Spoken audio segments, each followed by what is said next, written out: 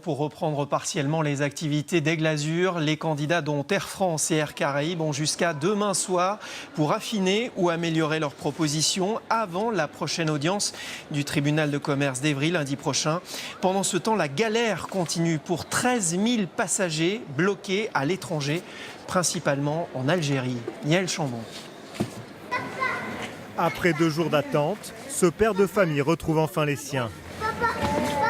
Rapatriés pour 150 € par un vol spécial d'Air France, tous ces anciens passagers d'Aigle Azur sont encore en colère. Ça a été compliqué de trouver des billets.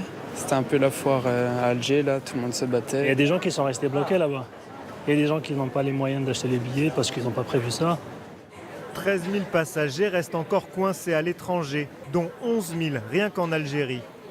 Dans l'aéroport de la capitale du pays, les comptoirs d'Aigle Azur sont fermés. Les autres compagnies sont débordées et affichent complet sur plusieurs semaines. Au Mali, 600 Français n'ont pas encore trouvé de solution. Une centaine d'autres cherchent encore à rentrer du Portugal, du Liban et de la Russie. Enfin, quelques dizaines ne savent pas comment revenir du Brésil et Aigle Azur ne les remboursera pas. Seules les compagnies aériennes n'ont pas à intervenir pour dédommager les clients en cas d'arrêt des vols.